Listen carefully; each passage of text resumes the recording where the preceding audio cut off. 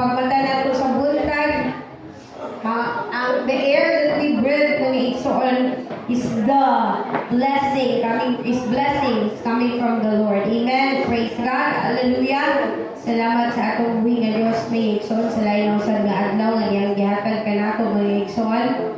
Last Sunday mga igsoon, naghisgot ta about sa kinaiya sa usa ka maayo nga silingan. Because the scripture mga igsoon, the parable na atong gibasa last time mga igsoon was all about the parable of the Good Samaritan mga igsoon, na kung saan ang usa ka Pariseo mga igsoon, usa ka priest, he asked the Lord, who is my neighbor? So ang atong buhi nga Dios mga igsoon, yang i-share ang usa ka parable mga igsoon about the Good Samaritan.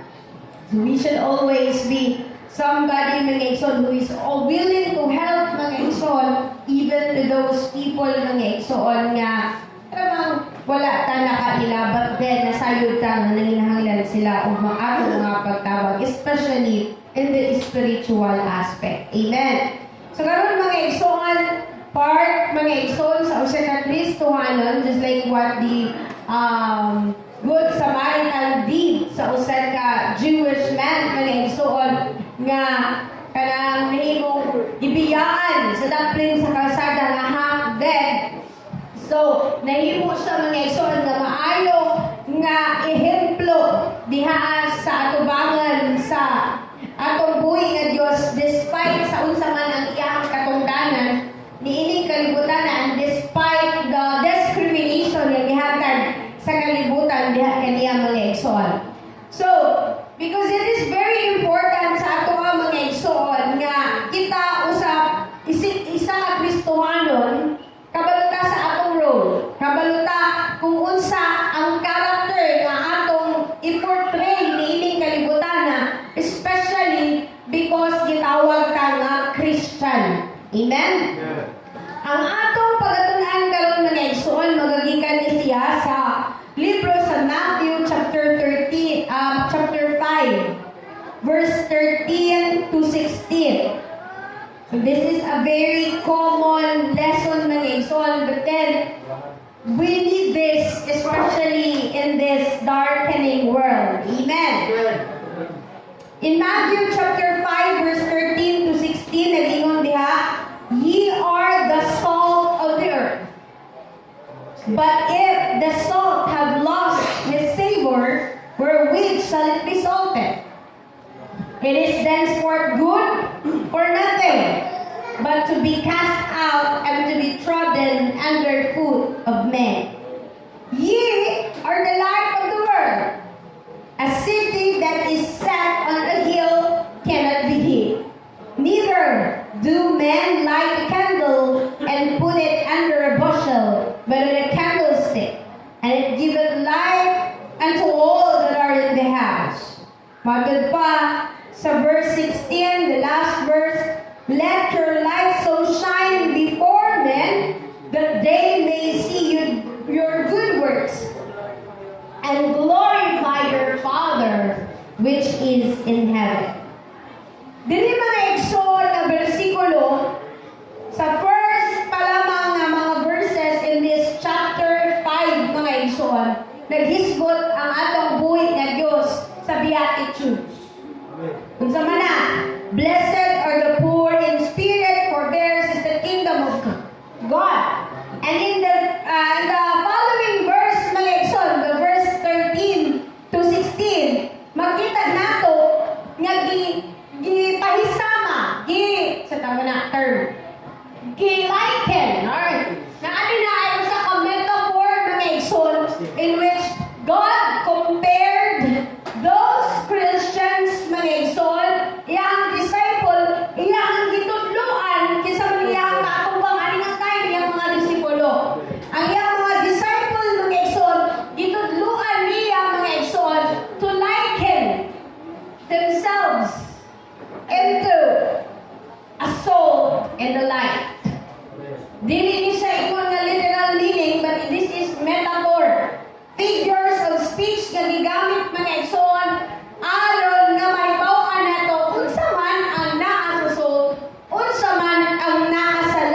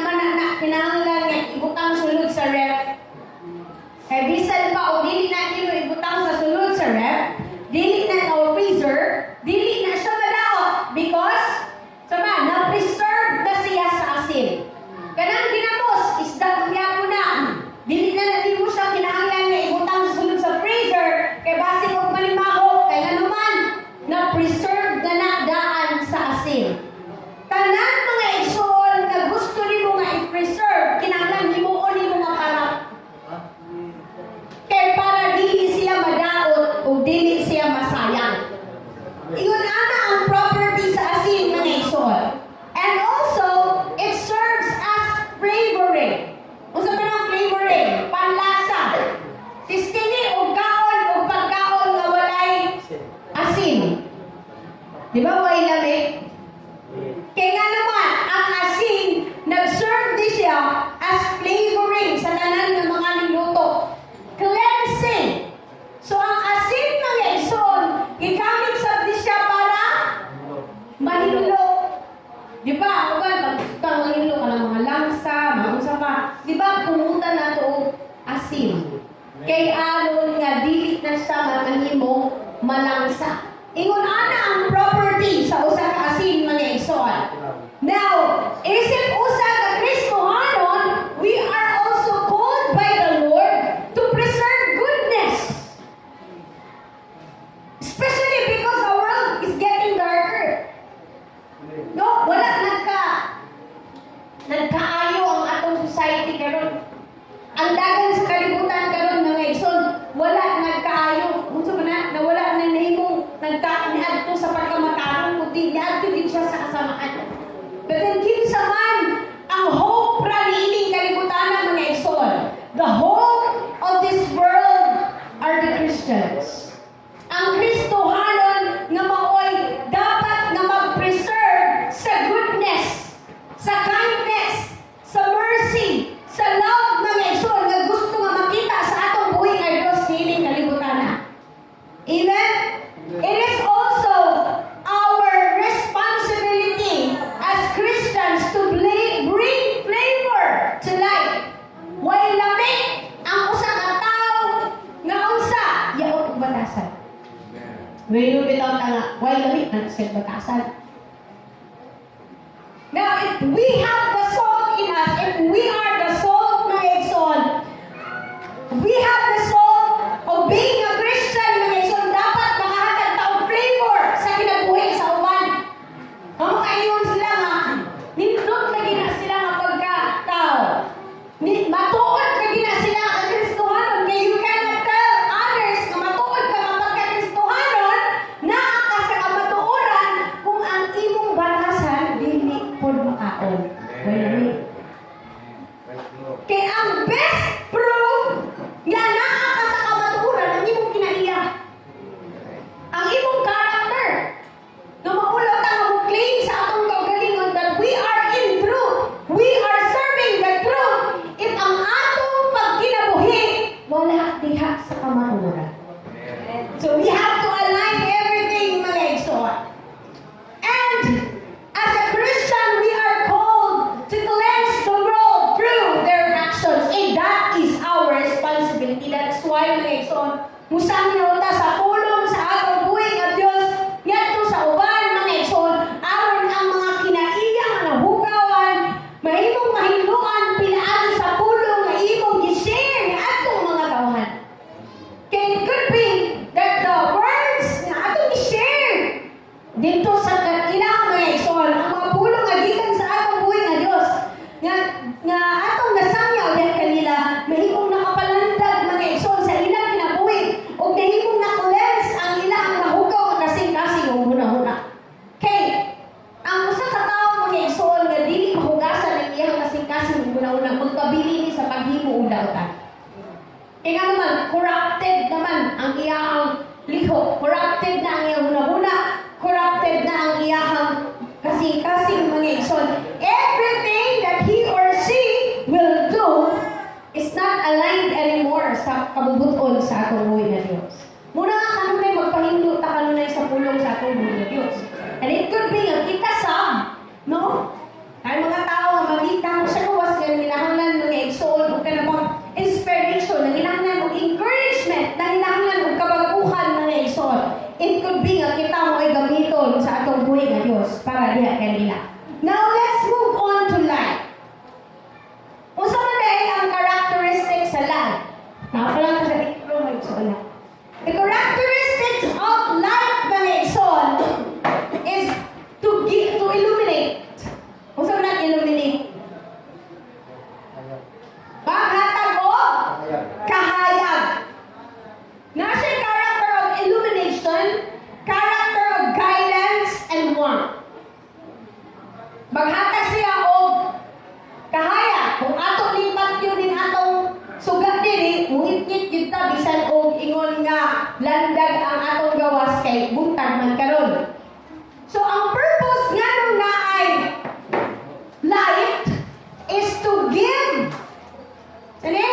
is to give light or to illuminate the space, no? Ang usa ka lugar mga igsoon na nanginahanglan o kahayan. Now, ganun nanginahanglan ng tagsuga kay ngit-ngit man. Ganun nanginahanglan ng kalibutan. Ganun gilighten ka sa Ginoo sa usa ka suga kay ngit-ngit man ang kalibutan. And it's getting darker and darker and darker in every year, every generation mga igsoon. That is why it is our role to preserve the light na gihatag sa aton sa atong buhay nga Dios. Kaya nga naman, kinsa man ang ulamdag ni nagkalit-ngit na ng kalibutan. If di ka anang-anang na kaaw, ang suga ang ana-adiri ka na to. Amen? So, it's a responsibility also mga igsoon is to illuminate the truth. Daghan kaayo nagawas ka doktrina na ni kalibutan. Daghan kaayo mga igsoon ug kana bang nagkalain-lain na pagtuo mga igsoon na atong maduglan. But we as an apostolic believer mga igsoon, it is our responsibility and we are called to illuminate the truth mga igsoon ngadto sa mga blinded sa kamatuoran. Amen. Praise God. It is also our responsibility to guide others to God. Kaya ang light, mag-serve pa rin siya as guidance. Now, we cannot be a guide kung kita mismo ngit-ngit na. Wala na ang suga, lari ka na to. Kamong duha, isting ko no, duha mo kabuo, tapos naglakaw mo sa mangit-ngit na dalan, makaabot pa kahapos inyong destinasyon, kung isa-isa't isa sa inyo, walay suga na bitbit. Dili, maglisod ka. Wala na sila, round up, tapos sa bukid, mga igsoon, walay ka ng moon na maghatag ninyo og lamdag. Kamura din duha, magbaktas na ito mga igsoon sa inyong destinasyon. Wala ko'y bitbit na source of light ninyo mga igsoon. It could be nga mga saad mo. Dili mo makaabot sa inyong destinasyon.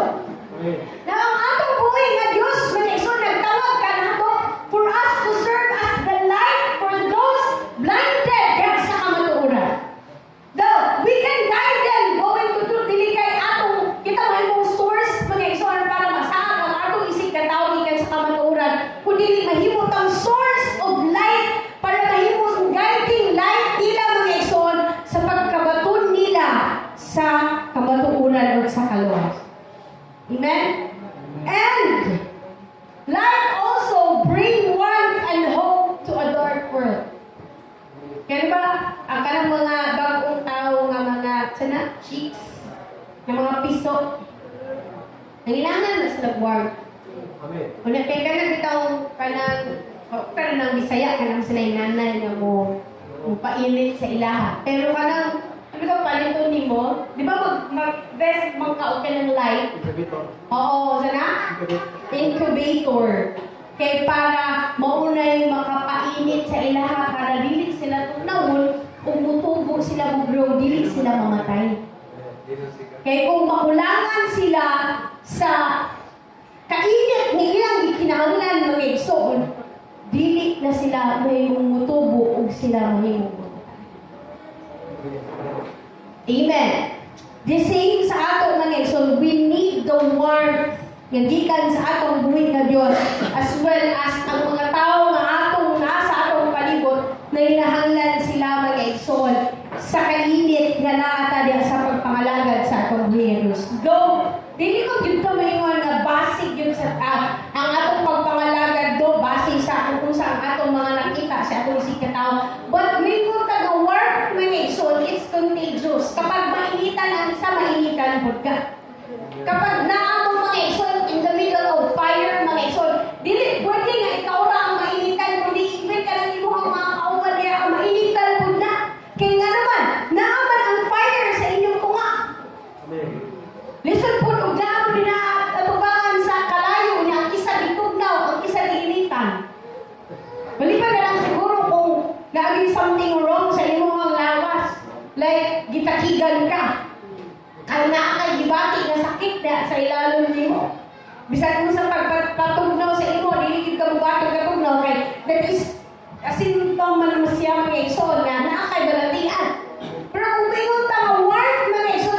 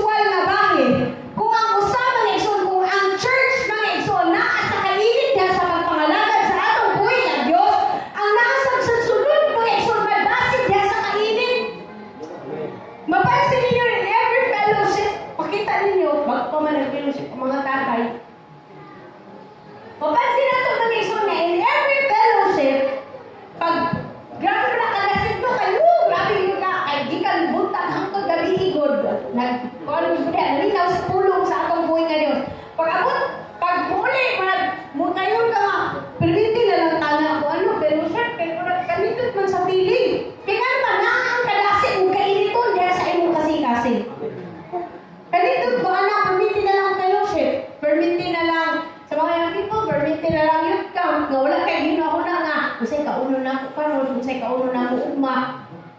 Wala na para mo eskwela. Sa langit mga igsoon, hindi na maghuna-hunaan na. Ang atong huna-hunaon mga igsoon, karang atong ni-desire karon nga puro na lang praise, puro na lang worship. Dito na nato ma-experience. Hindi na ka dapat maghuna na nga. Alam niyo sa may among kaway karon, nag-ingkod ko na pero siguro naguna-una ko sa ito sa tanong niya ito. Nangatawa man tinuod siguro. O kaya, kumusta na? Sayang na, dapat ang labak kong gainit sa'yo. Kainit man di ay, nakapangahay ka na. Ang sagawas before kuligikan sa gainit. So, yun ana mong igsoon. Amen? Sa pagpangalagan nato, we need to work. Ginanglan nato ang kainit dahil sa pagpangalagan. Gikan sa fellowship, pag-abot diri. Pag-awan, tungkol kinakita nga. Kaluya man yung ako mga kauban. Hangtod sa maluya po ka sa pagpangalagan. Now, let us maintain the work, mga igsoon. Kaya nga naman, i-work out nato sa akong kagalingon. Kaya dili lang po na magsalig dapat sa mga fellowship. We have to work out. Eh para ang mga istorya nato nga tao, ang mga tao nga ato makahalubilo sa kanunay, ma-feel nila ang work of the Holy Spirit nga nag-ignite diha sa imong kasing-kasing. That every time nga ika-istorya kanila, ang ilang madunggan diha kanimo, dili mga pulo nga pamangdaot sa atong isig ka tao, kundi pulo nga maka-inspire, maka-encourage sa ilang mga nabugnawan nga kasing-kasing. Amen. Kaya how good it is. Lahit kagit mag-igsoon. Kalapit ang imong fellowship, imong group of friends. Ang inyong sultihan, hisgutan every time that you get together is the word of the Lord, the goodness of God. Kung kanya naman, mag-grow tayo spiritually. The word, mga igsoon, magpabilin.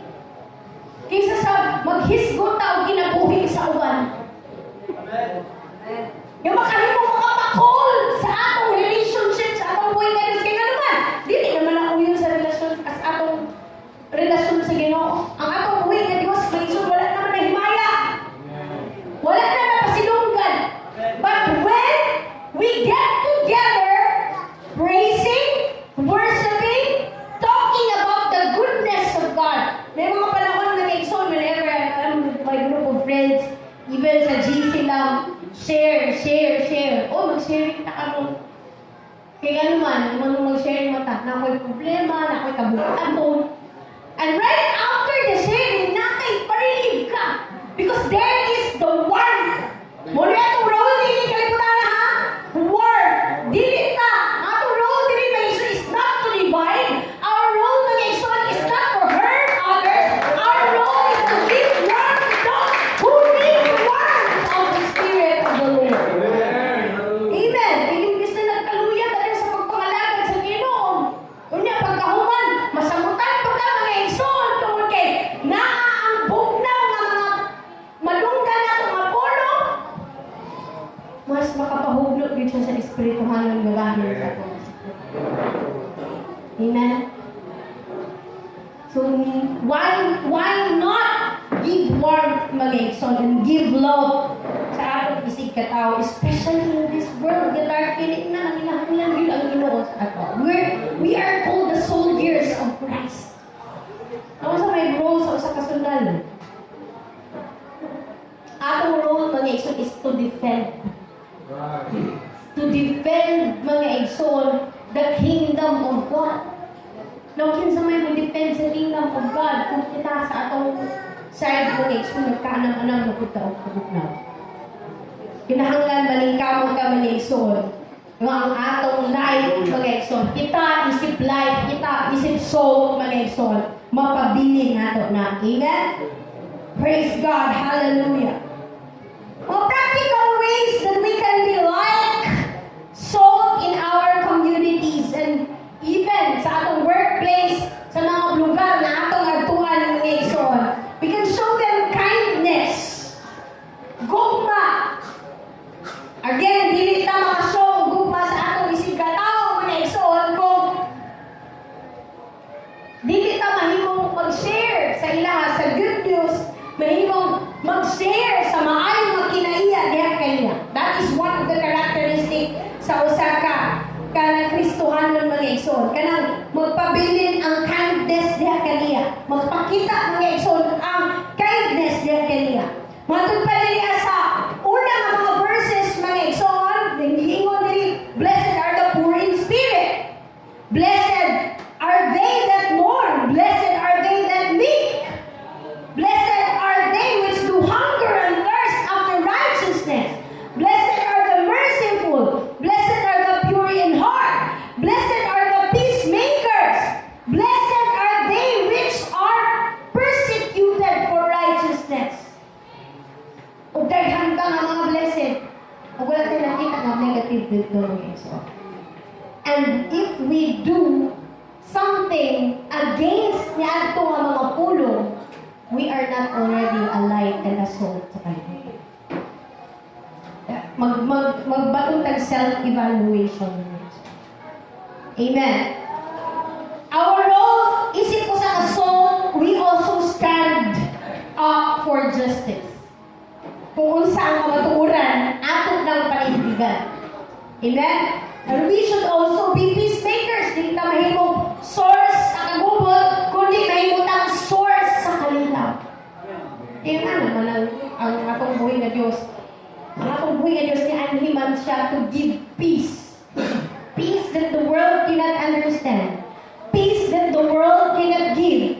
But peace nga gikan niya sa iyang balang espiritu na pwede sa dato nga ma-share sa uban. Now, kita sa atong kaugalingon, gubot na mismo ang atong kinabuhi. Manixon, can we give peace to others? Dili. Kaya naman, we cannot give something we don't have. Amen? Mahatag na ikag kwarta sa uban, kung wala kay kwarta. How come?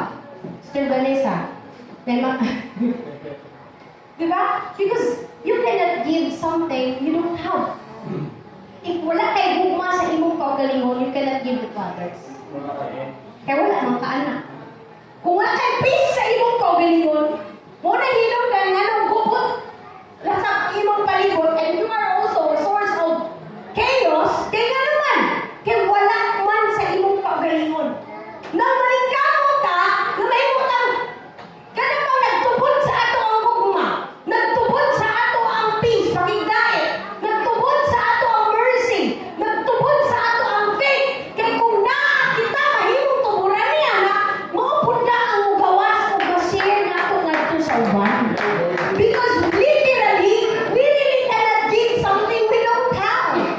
Imposible na nga naghatag ka sa uban o gugma, pakigdait, kaayo, kung mismo sa imong kaugalingon, wala na imo na-apply. Kung mismo sa imong kaugalingon, dili na makita. Everything starts from within. Di ba ang holiness nato starts from within at to outside. Kaya dili nato mapakita kung unsa ang naa sa gawas nga bahin sa holiness kung inside dili taron. We have to fix first what's inside before na siya naturally come out. Kaya kung ma-fix na tanan inside, natural na din na siya nga mo-flow outside. Dili na kakinahanglan ng mga effort pagpugong sa ibang kaugalingon sa pagbuhat sa nasabing butang, kay naturally it will come out. Amen? Kaya nga naman, di-start sa manimo ang tanan, di ka pa sa imong sulod. Amen? So everything mga igsoon, dapat mag-start sa kaugalingon. Colossians chapter 4 verse 6. Let your conversation be always full of grace. Now, how can our conversation be full of grace? Start yourself. Start with your inner self. Isugdi diya sa imong sulod. Seasoned with salt, so that you may know how to answer everything. Muang nga sa kanunay, magkamadalihon ang inyong sinultihan. Tinimplangan o asin. Parang dahil, ibig sabihin lamig. Kanan nga magawa sa atong bakbak, mahimong malamig na tungod ni anak, inyong mahibaluan kung unsaon ninyo sa pagtubag kang bisan kinsa. God will give us wisdom. Mahibawaan mo ang tao that is alive and that is a soul and light in this world. Kaya naman, ang iyahang pulong dili mahimong source sa kadaot, kundi mahimong source of encouragement, source of inspiration. Kaya naman, kabalo naman ka sa pagtupag kang bisan kinsa. Now, we should also know kung kinsa ang mga tao na atong bulat sa panahon that you need advice. Kaya naman, you should assess. Kini mga tao mahimo ba ning light or asin sa ako or mahimo ra otherwise. Amen? So kinahanglan careful ta sabta mga igsoon. Kay dili lamang kay kita pud ang mahimong light and salt sa uban. Kinahanglan pud ta sa light and salt sa uban. Kaya na yung mga panahon that our faith kaanang-anang ug kadim. Kinahanglan ta og suga mga igsoon nga kada bang malanggagan sabta diha sa atong panglakaw mga igsoon sa spiritual nga bahin. No, that's the time nga kinahanglan ta og mga advices, encouragements ngadto sa mga tao mga igsoon nga angayan nato ang kadahulan mga igsoon. Aside from Jesus, aside sa atong buhi nga Dios mga igsoon. Amen? So, practically isip ko sa life, kinahanglan mga igsoon na mahimo tang mo-share sa pulong sa Ginoo. Magpuyuta nga anaa sa kamatuoran o ato sa responsibility ang iserve ang ubang tao mga igsoon, especially katong wala diha sa kamatuoran. I-guide nato sila mga igsoon, whether asa man ta, naaman ta sa eskwelahan, naaman ta sa balay, naaman ta sa atong gitrabahuan, naaman ta sa community mga igsoon. Let us think of ways aron kahimong kita nga suga ug asin diha adto kanila. Amen? Philippians chapter 2 verse 15, so that you may become blameless and pure, children of God without fault in our warped and crooked generation. Kaya kini grabe na ang itong generation karon. Aron nahimo ka mo putri ug dili masalawayon, mga anak sa Dios na mga walay buling, kaliwala sa usa ka kaliwatan nga hiwi o masupilon, nga sa kaliwala nila kamo nagasidlak ingon nga mga kahayag dinhi sa kalibutan. Now the sad thing is when you're up above, you're the star man because you are the light. You are twinkling. Dapat karon we are twinkling like the star. Now, ang sad part is kung dili na mo blink ang imong light. Kaya the reality, mananap yun mga igsoon. Na yung mga stars, mga igsoon nga dead. Wala na sila nag-illuminate. Diha asa, kalit-lit sa kagabiyon. Ano makita na to ang stars sa kagabiyon? Actually, ang stars present hangtod karon. Dili lang nato sila makita. Kaya nga naman, naaman ang sun. Ma-overpower man sila sa kahayag sa adlaw. Pero actually, wala silang hawak diha sa ilahang mga posisyon. Naara gihapon sila diha sa taas. Hangtod karon. Makita na nato sila paggabi. Kaya naman, mawala naman ang siga sa adlaw. Buwan naman ang upuli. Pero ang buwan, inapra siya nga maghatag og kahayag sa kagabi. Mao na hinungdan nga nung makita nato ang mga stars.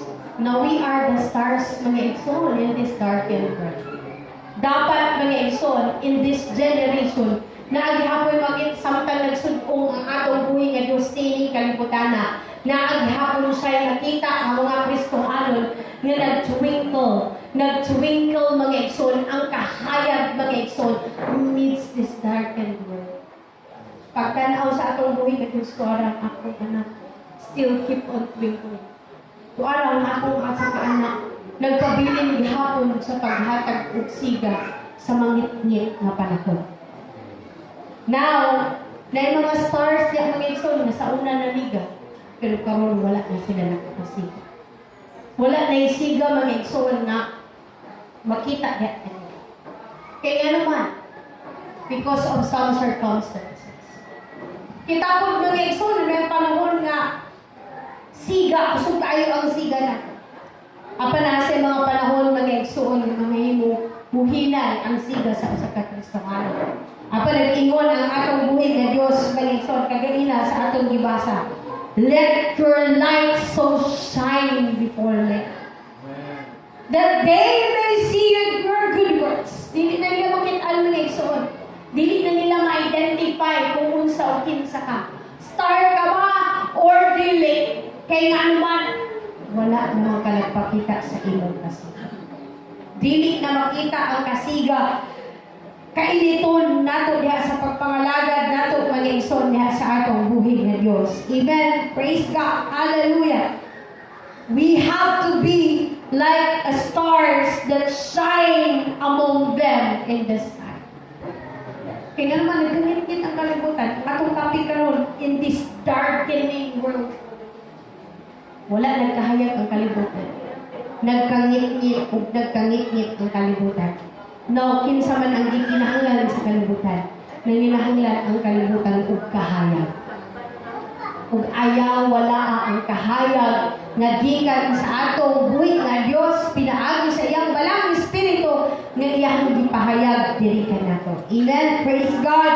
Maningkog tang tanan mga igsoon. Hallelujah. Glory to